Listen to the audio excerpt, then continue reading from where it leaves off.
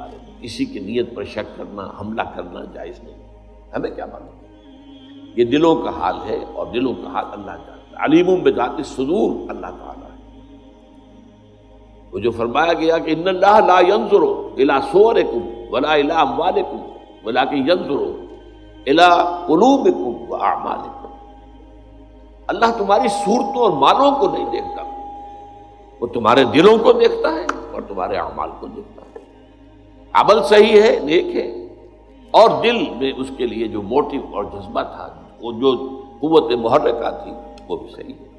وہ عمل ہے جو اللہ کے ہاں مقبول ہوگا۔ اب اسی کے حوالے سے میں چند حدیثیں کس انتہا تک یہ بات حضور نے پہنچائی ہے۔ حضور نے فرمایا من صلی یرائی فقط اشرکا ومن صام یرائی فقط اشرکا ومن تصدق یرائی فقط اشرکا، جس نے دکھاوے کے لیے نماز پڑھی اس نے شرک کیا۔ اب نماز تو بہت بڑا نیکی کا فعل ہے، بہت بڑا نیکی کا فعل ہے، یہ تو ارکان اسلام میں سے رکن اعظم ہے، الصلاۃ عماد الدین، لیکن اس کے پیچھے بھی نیت اگر دکھاوے کی ہے، ریاکاری کی ہے، اپنی دینداری کا اور اپنی تقویٰ کا روب گانٹنا ہے لوگوں کے اوپر، تو پھر یہ شرک ہے۔ ومن صام یرائی فقط اشرکا، اور جس نے روزہ رکھا دکھاوے کے لیے اس نے شرک کیا۔ ومن تصدق یرائی فقط اشرکا، اور جس نے صدقہ و خیرات دیا دکھاوے کے لیے، ریاکاری میں، اس نے شرک کیا۔ اور شرک سے زیادہ بڑا گناہ، گھنامنا گناہ اور کوئی نہیں۔ 2 مرتبہ سورہ نساء میں یہ آیت آئی ہے، ان اللہ لا یغفر ان یشرک بہ ویغفر ما دون ذلک لمن یشاء، اللہ تعالیٰ اسے ہرگز نہیں بخشے گا کہ اس کے ساتھ شرک کیا جائے، ہاں اس سے کم کر جس کو چاہے گا معاف فرما دے۔ ایک اور حدیث میں اس سے بھی زیادہ باریک بات کہی گئی۔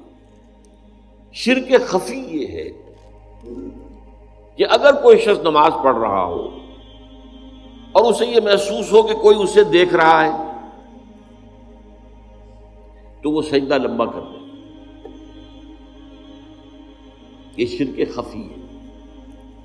ایک شرک جلی ہوتا ہے جو نظر آ رہا ہے شرک ہو رہا ہے، بت کو سجدہ کیا جا رہا ہے، قبر کو سجدہ کیا جا رہا ہے، شرک جلی۔ ایک شرک خفی ہے، چھپا ہوا شرک اندر دل میں، کہ آپ نماز پڑھ رہے ہیں، آپ نے دیکھا کچھ لوگ دیکھ رہے ہیں مجھے، تو آپ لمبا سجدہ کر دیے۔ اس کا آپ تجزیہ کر سکتے ہیں، سمپل میتھمیٹکس ہے۔ اگر وہ پہلے 5 سیکنڈ کا سجدہ کر رہا تھا اور اب اس نے 10 سیکنڈ کا سجدہ کیا ہے، تو یہ 5 اضافی کس کے لیے کیے؟ 5 تو ہو گئے اللہ کے لیے، پہلے وہ کر رہا تھا، لیکن یہ 5 جو اضافی منٹ لگے ہیں یہ کس کے لیے؟ تو لوگوں کے لیے، ریاکاری کے تحت ہوئے۔ تو ایک سجدے کے 2 مسجود ہو گئے، ایک مسجود اللہ کی ذات ہوئی اور ایک مسجود وہ لوگ ہیں جنہیں دکھایا جا رہا ہے۔ اس میں حضور صلی اللہ علیہ وسلم کی دعوت سے اور تربیت سے جس حد تک باریک بینی آ گئی تھی صحابہ کرام میں، اس کی مثال جو ہے وہ حضرت علی رضی اللہ تعالیٰ عنہ کا ایک واقعہ ہے۔ عین جنگ میں ایک شخص سے دو بدو مقابلہ ہوا اور حضرت علی رضی اللہ تعالیٰ عنہ نے اس کافر کو، مشرک کو زیر کر لیا، اس کے سینے پر سوار ہو گئے۔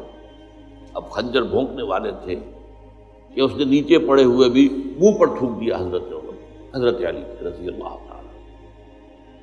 اب حضرت علی اسے چھوڑ کر کھڑے ہو گئے، وہ حیران ہوا، وہ جسے آپ انگریزی میں کہتے ہیں to add insult to injury, میں نے تو اور توہین کی تھی، ان کی انسلٹ کی، یہ مجھے چھوڑ کر کھڑے ہو گئے، کیوں؟ پوچھا اس نے۔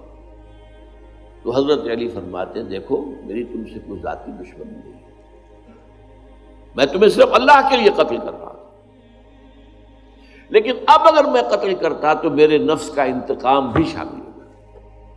تم نے میری توہین کی تو میں گویا کہ اپنے نفس کے انتقام میں اس کا بدلہ لینے کے لیے بھی ایک نیت کے اندر میرے یہ ذاتی بات بھی شامل ہو جاتی، اس لیے میں نے تمہیں چھوڑا۔ اس میں ذرا غور کیجئے جنگ کا معاملہ ہو، اور وہ تو انتہائی جذبات